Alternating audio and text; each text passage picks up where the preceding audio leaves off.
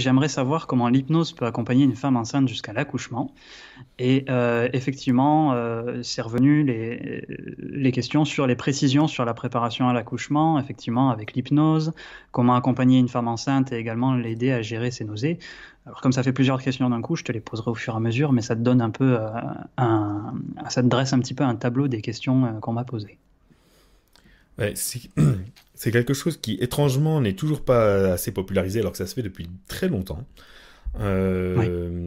Euh, D'abord, il y a l'aspect, en effet, il y a l'aspect psychosomatique. Il ne faut pas oublier qu'il y a tout un aspect psychosomatique très important dans l'hypnose. L'hypnose permet un contrôle des fonctions corporelles qu'on n'a pas forcément en dehors de l'état d'hypnose. Je donne un exemple. Euh, En dehors de l'état d'hypnose, il n'est pas forcément facile pour moi de faire en sorte que j'ai la main gauche qui soit froide et la main droite qui soit chaude.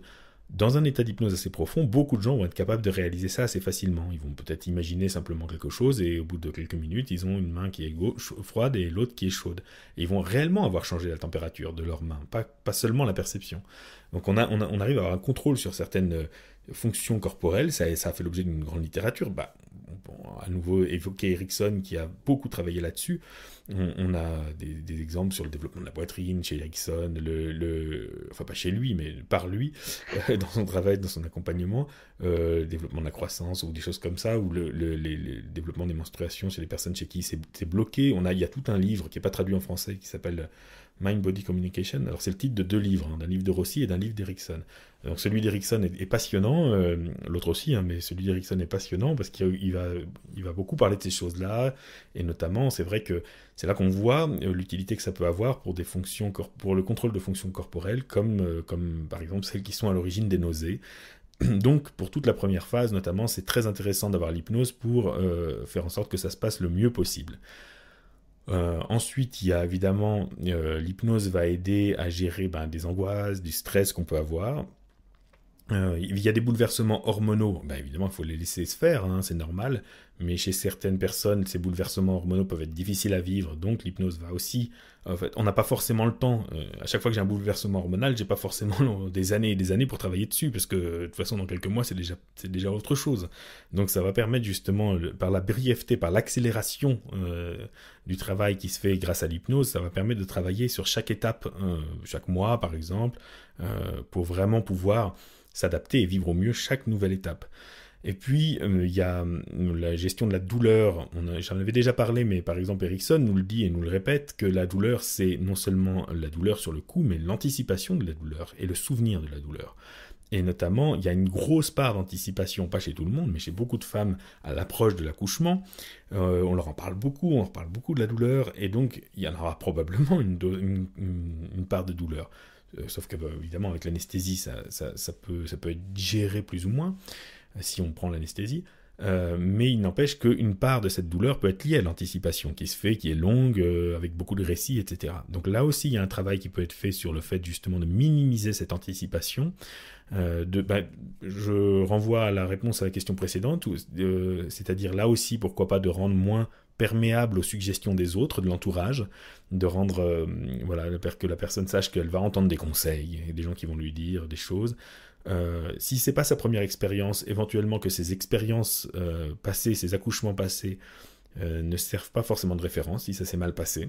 Donc on peut faire un travail aussi sur le fait que la personne soit ouverte à une nouvelle expérience, qu'elle puisse vraiment laisser ses conditionnements passer pour vraiment, non pas comme si elle n'avait tiré aucun apprentissage, alors quand ça s'est mal passé avant, hein, mais comme si elle n'avait tiré aucun apprentissage et qu'elle rebattait les cartes et qu'elle se donnait la possibilité de revivre une expérience toute nouvelle. Ça c'est très intéressant à faire aussi. Qu'est-ce qu'il y a d'autre? Évidemment, la préparation à l'accouchement sans douleur par l'hypnose. Alors ça, c'est un petit peu voilà, le top du top. Si on trouve quelqu'un qui est spécialisé là-dedans et qui peut le faire, en effet, il y a une littérature là-dessus aussi dans l'histoire de l'hypnose. Aujourd'hui, ça se fait peut-être un petit peu moins, mais en tout cas, certaines personnes se passent de la péridurale alors certaines personnes se passent de la péridurale parce qu'elles utilisent la sophrologie, la méditation, des tas de choses comme ça. Et l'hypnose aussi est un très très bon candidat pour des accouchements sans douleur, puisque ça va permettre de créer une analgésie extrêmement ciblée, où la personne ne va pas du tout être insensible et inerte, contrairement à ce qu'on pourrait penser. On pourrait se dire, oui, si elle est en hypnose, elle va pas pouvoir faire le travail. Eh bien, au contraire, l'hypnose est un état assez dynamique dans lequel on peut justement permettre à la personne d'avoir toutes les sensations qui vont lui permettre non seulement de faire le travail, mais de le faire bien et de vivre les choses pleinement, mais sans avoir forcément les douleurs superflues. Il faut quand même être conscient que ça dépend un peu de la réceptivité de la personne à la base, et que certaines personnes auront des résultats beaucoup plus spectaculaires que d'autres, sauf si on prend le temps de les y entraîner. Donc il ne faut pas forcément s'y prendre au dernier moment. Si vous voulez préparer un accouchement sous hypnose, il faut probablement s'y prendre assez tôt, parce que si vous êtes un sujet, non pas, je ne veux pas dire un mauvais sujet, mais une personne qui a une réceptivité, on va dire, lambda à l'hypnose, il faudra quand même des séances pour s'entraîner à une hypnose approfondie, trouver la bonne personne, etc. Enfin, ça risque de prendre un peu de temps, mais ça peut vraiment valoir le coup. D'autant qu'après, une fois que vous avez ça, de toute façon, ça permettra aussi de gérer le baby blues, comme on dit, donc la dépression postpartum, etc. Enfin, il peut y avoir des tas d'aspects ensuite, même sur l'alimentation, éviter les compensations alimentaires avant, mais peut-être aussi faire, tout ce dont vous aurez besoin assez rapidement derrière. Si vous avez cet outil, ça permettra vraiment de travailler avec. Évidemment, on peut aller aussi sur des aspects qui sont ceux de la communication avec le bébé d'une certaine façon, puisqu'on sait quand même que l'état émotionnel de la mère, pas que de la mère d'ailleurs, du père aussi, mais on va dire de la mère en premier lieu quand même, il faut l'admettre, son état émotionnel va avoir une influence probablement sur certains aspects du développement de l'enfant, en tout cas sur son état émotionnel aussi sur le coup, que ça soit avant l'accouchement, pendant la grossesse, ou surtout après aussi. Donc évidemment, être capable de rentrer par exemple en auto-hypnose pour avoir un état de calme et de paix intérieure très très grand va permettre des tas de choses, et notamment aussi après, évidemment, l'auto-hypnose ou un travail en hypnothérapie permettant de régler ses propres névroses et ses propres troubles évite de les transmettre derrière, ou évite d'avoir un climat anxiogène à la maison, donc peut-être un enfant plus apaisé, et donc voilà, il y a des tas de conséquences possibles, évidemment, il faut voir en fonction du cas, en fonction de la personne. Et puis, il y a d'autres aspects que, évidemment, il faudrait demander à quelqu'un qui est un peu plus spécialiste de ça. Moi, j'ai fait beaucoup d'accompagnement, mais c'est pas ma spécialité. Il faudrait demander à quelqu'un qui est plus spécialiste de ça, ou même quelqu'un qui l'a vécu. Mais certaines personnes témoignent du fait que grâce à l'auto-hypnose, elles ont le sentiment, en tout cas, de pouvoir vraiment... Oui, comme communiquer, comme arriver à apaiser leur enfant dans leur ventre, vraiment, ou même, pourquoi pas, communiquer à travers ses mouvements. En tout cas, c'est une impression que c'est peut-être vrai, il faudrait des études, mais il y a sûrement quelque chose à explorer. Et j'ai entendu parler de personnes qui arrivaient, non pas par l'autonomie, mais par l'auto-hypnose, à influencer les mouvements du bébé pour le préparer à une position avant l'accouchement. Donc, il y a probablement des tas de pistes à explorer. C'est vraiment un des beaux thèmes en dehors de la thérapie, justement. C'est-à-dire que l'hypnose est souvent associée au fait d'être malade et d'aller mieux. Et en réalité, il y a plein de choses qu'on peut faire pour les gens qui vont bien. Parce que être enceinte, c'est pas une maladie. D'ailleurs, on ne parle pas de patiente en médecine, on parle de parturiente. Parce que, on n'emploie pas toujours, mais c'est juste, c'est une condition positive et pas du tout pathologique. Et l'hypnose est là pour accompagner, c'est un très très bel outil pour ça. J'oublie sûrement des applications, mais il y a vraiment des tas de choses à faire avec ça.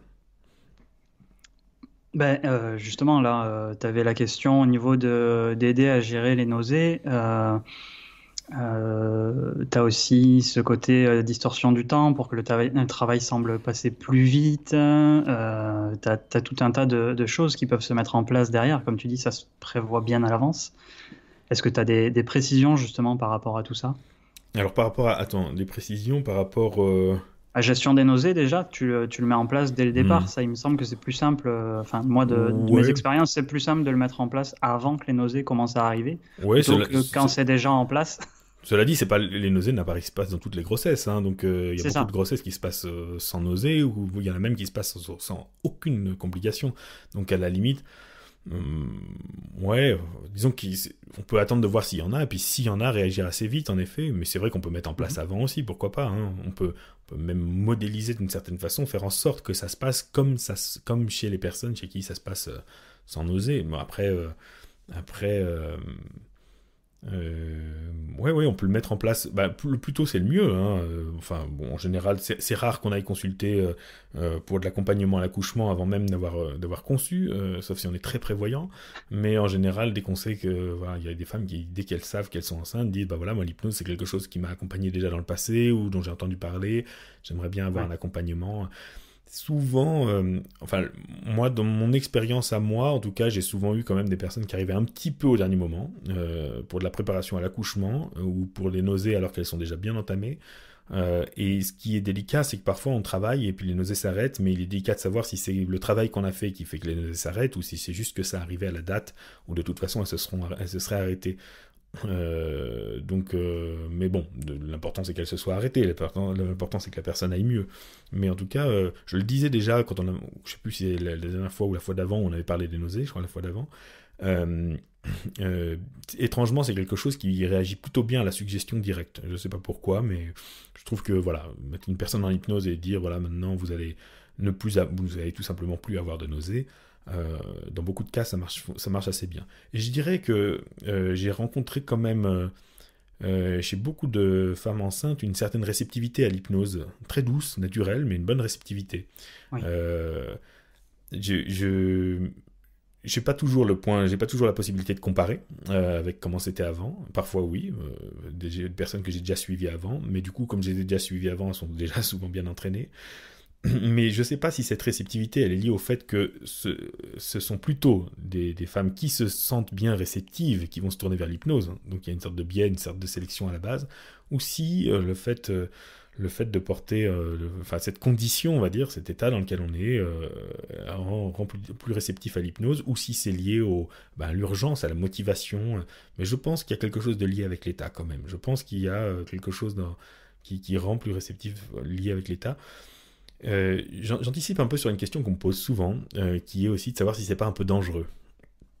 Ouais. Euh, C'est vrai qu'on me l'a posé souvent aussi, ouais. Ça peut hmm, être intéressant, effectivement. je comprends, mais je comprends la crainte que certains hypnothérapeutes puissent avoir de certaines conséquences. À un moment donné, oui, mais enfin, je comprends cette crainte, mais en réalité, j'ai jamais vraiment observé ça. Je pense qu'il serait dangereux pour une femme enceinte. Enfin, en tout cas, je ne le recommanderais pas pour une femme enceinte de faire un spectacle d'hypnose, d'être volontaire pour un spectacle d'hypnose.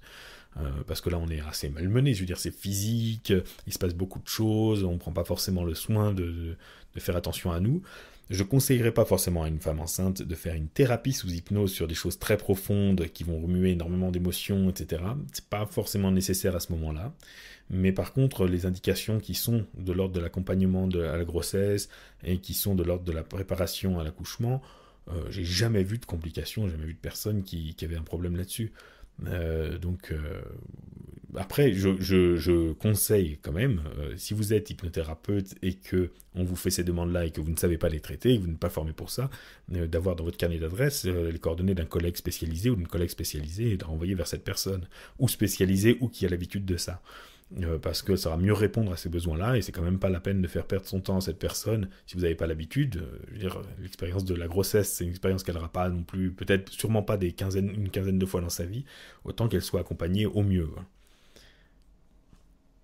Est-ce que tu as d'autres questions sur le même thème ou est-ce qu'il y a Là, d'autres thèmes? pour le coup, tu as bien brassé, tu as été efficient. J'ai pas de questions Merci. des demandes de précision pour l'instant. On va voir dans le chat. C'est vrai, pour rebondir sur ce que tu disais, c'est vrai que quand on a parlé, ça m'est venu aussi toutes les femmes enceintes que j'ai accompagnées, peut-être par le même biais que toi, je sais pas, je les ai trouvées vachement plus réceptives dans cette démarche. Beaucoup plus ouverte, beaucoup plus facile à accompagner dans cette démarche-là. Et Donc, puis, ça m'intéressera d'avoir ouais, les réponses du chat aussi là-dessus, si c'est nous qui nous faisons des idées. puis on parle beaucoup enfin, on anticipe souvent sur une anxiété, mais j'ai trouvé au contraire souvent beaucoup de calme, des personnes beaucoup plus posées, parfois même qu'avant. C'est-à-dire qu'il y a des personnes qui, alors, sans parler de certaines femmes qui n'ont pas encore eu d'enfant et qui arrivent à un âge où elles commencent à se poser des questions, à avoir un peu le stress de l'horloge biologique, et donc qui, quand Oui, elles peuvent être beaucoup plus soulagées derrière d'y arriver, quand ça leur tenait vraiment à cœur. Euh, Et puis même, j'ai l'impression que hormonalement, enfin, il y a quelque chose qui fait qu'il y a certains problèmes sur lesquels on pouvait travailler en psychothérapie même avant, qui sont, je vais pas dire résolus, mais bah si, pour certains résolus. C'est-à-dire que chez certaines personnes, c'est une psychothérapie extraordinaire de tomber enceinte. Faut pas forcément le faire pour ça, mais quoique, il n'y a pas forcément de bonne et de mauvaise raison de le faire, mais c'est intéressant de voir ça. C'est-à-dire qu'on a des personnes qui sont souvent c'est souvent très très très agréable de travailler avec des femmes enceintes qui font le choix d'être accompagnées par l'hypnose. C'est là encore que je dis que c'est peut-être un biais aussi. C'est peut-être que c'est un profil très particulier de personnes, un petit peu ouverte sur ces questions-là et déjà réceptive. Souvent, en effet, sont quand même des personnes qui ont déjà une histoire avec des techniques ou bien de méditation ou bien du yoga ou des choses comme ça. Mais bon, on a parfois aussi des personnes qui sont au contraire, qui viennent au contraire. Alors, qui viennent au contraire parce qu'elles vont pas forcément bien et parce qu'elles sont en détresse. Et il y a une question corollaire aussi, c'est le fait d'arrêter de fumer. On sait que chez certaines femmes enceintes, le fait de tomber enceinte est livré avec le fait de devenir non-fumeuse, mais vraiment très agréablement et naturellement non-fumeuse pendant le temps de la grossesse, et même parfois bonus pendant le temps de l'allaitement, voire un peu plus. Et parfois, chez certaines personnes, elles arrivent à le faire tenir même définitivement, mais enfin, c'est pas toujours le cas. C'est pas, il n'y a pas de justice. Chez d'autres personnes, bah, c'est pas livré avec. Donc elles se retrouvent dans une grande détresse, elles espéraient, elles comptaient là-dessus, et puis elles se retrouvent en disant bah voilà, ça fait 3 mois que je suis enceinte, et puis je fume toujours comme un pompier, j'essaye de ralentir, mais c'est pas facile. Euh, là, je mettrais un bémol. C'est pas forcément on a des personnes parfois qui sont face à une urgence et qui sont pas forcément dans un état de grande quiétude, qui en plus peuvent culpabiliser. Je dirais pas que là c'est facile et qu'on est face à la situation la plus confortable à accompagner. Mais enfin, ça se fait bien quand même, hein.